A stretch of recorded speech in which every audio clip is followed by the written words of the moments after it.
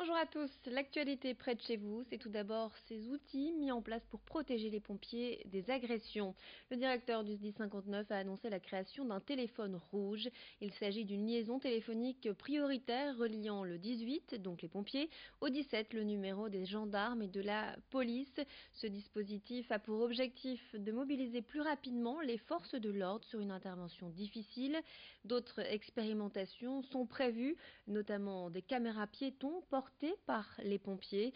En cas d'alerte, les images pourront être envoyées en direct au centre de traitement des appels des pompiers.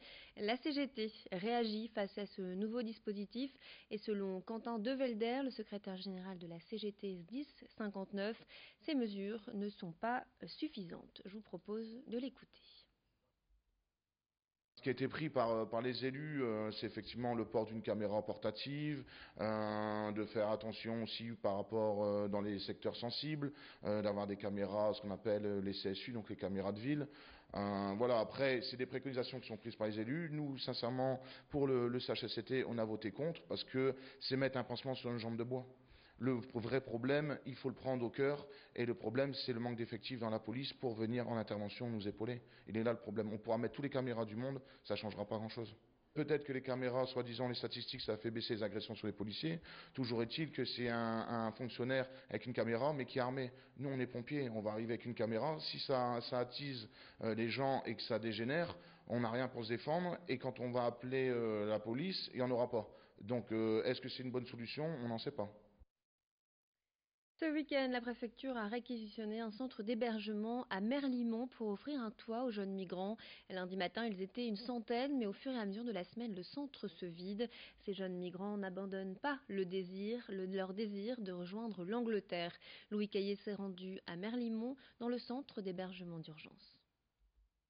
C'est ici, au centre de vacances Les Argousiers à Merlimont, que des jeunes réfugiés sont accueillis depuis lundi matin. Ils étaient 118 dans la nuit de lundi à mardi pour n'être plus qu'une cinquantaine, ce mercredi matin, 50 plus exactement. Des départs qui se multiplient, toujours motivés par la volonté de rejoindre l'Angleterre. 30 d'entre eux ont d'ailleurs repris le chemin de Calais mardi soir. Alors la question qui se pose, pourquoi ces départs? Pourquoi les jeunes ne veulent tout simplement pas rester dans ce centre d'hébergement d'urgence? D'abord puisqu'ils sont, on le disait, toujours attirés par l'Angleterre, et puis surtout suite notamment à la rencontre entre Emmanuel Macron et Theresa May jeudi dernier. Une rencontre qui a permis de mettre notamment un coup d'accélérateur sur la problématique migratoire, avec un traitement amélioré et accéléré des mineurs non accompagnés demandeurs d'asile. Les demandes de regroupement familial vont être traitées plus rapidement, et même si l'étude des dossiers et des marges administratives devrait toujours durer plusieurs semaines. Voilà donc ce qui motive ces jeunes à repartir sur Calais. Mais pour autant, Gérard Collomb, le ministre de l'Intérieur, a rappelé qu'aucune démarche administrative ne pourra être faite à Calais ni à Merlimont. Chou blanc donc pour ces jeunes qui espéraient voir leur dossier accéléré, traité plus rapidement. Pas de procédure d'évaluation quant à l'âge des personnes ici à Merlimont, ce qui peut également expliquer les départs successifs ces derniers jours.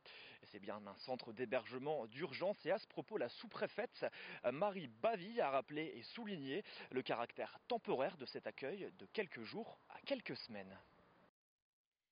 Le port de Boulogne-Calais bloqué pour protester contre la pêche électrique. Une dizaine de pêcheurs bloquaient ce matin l'accès routier au port de Boulogne-sur-Mer. Et du côté de Calais, une dizaine de bateaux de pêche bloquaient également le port. Aucun ferry ne pouvait entrer ni sortir. Les pêcheurs expliquent qu'avant la pêche électrique, ils vivaient très bien. Alors pourquoi ce mouvement? Le Parlement européen a pris position contre la pêche électrique dans l'Union européenne. Or, la Commission pourrait supprimer cette restriction. C'est désormais donc à la Commission de trancher. Je vous propose d'écouter plus d'explications à ce sujet au micro de Louis Caillé. Calais, Boulogne aussi, il y a d'autres actions qui sont prévues sur Boulogne, parce que voilà, il faut aussi, bon, là, tous les bateaux ne peuvent pas se rendre à Calais, et puis bon, il faut aussi il faut que ce soit emblématique au sein du port de Boulogne, premier port de pêche de France, que la région des Hauts-de-France passe obligatoirement par le port de Boulogne, parce que le comité régional des pêches des Hauts-de-France, c'est Boulogne-sur-Mer. Donc voilà, il faut aussi que, voilà, on a des revendications à faire savoir un petit peu par rapport aussi au fonctionnement de ce port, qui est quand même un des ports, énoncé partout dans la presse qu'il reste le premier port de pêche en France. Donc voilà, c'est aussi emblématique de mener un combat, enfin un mouvement par rapport au port de Boulogne. L'enduro approche, les premières courses auront lieu vendredi. Le Touquet vit donc ses dernières heures de calme et de préparatifs avant l'arrivée des motards et des spectateurs. On rejoint tout de suite Vincent Vieillard sur les plages du Touquet. La plage du Touquet est en train de se transformer avant d'accueillir ces 3 jours de course. Vendredi, samedi et dimanche, ce sont pas moins de 5 courses qui auront lieu sur la piste où nous nous trouvons. D'abord l'Enduro Vintage, ce sera vendredi, avant les courses Junior et Quad samedi, et puis évidemment la course de l'Enduro Espoir et de l'Enduro Pal qui elles auront lieu dimanche. Ça fait 3 semaines maintenant que les machines s'activent pour construire cette piste, un circuit long de 13 km que les motos vont devoir parcourir pendant plus de 3 heures dimanche après-midi. Alors vous le voyez, il y a beaucoup de vent en ce moment et cette semaine sur la plage. Il faut que les constructeurs fassent avec les impératifs météo. On a vu les tempêtes ces dernières semaines qui se sont abattues sur la région ont poussé les constructeurs de cette piste à ne devoir commencer qu'après la période des fêtes de fin d'année. Et puis en parlant météo, sachez que normalement dimanche il devrait y avoir un grand soleil ici sur la plage du Touquet. Forcément une bonne nouvelle. Si l'année dernière l'édition s'était faite sous la pluie, cette année il devrait donc y avoir un grand soleil. L'année dernière, c'était entre 300 et 400 000 personnes qui étaient venues ici supporter les coureurs sur cette plage du Touquet. Normalement, cette année, il devrait être 500 000 à venir supporter donc les motards qui prendront le départ de l'Enduropal dimanche après-midi. Voilà, donc on se quitte sur ces images du littoral. Tout de suite, votre météo, restez avec nous.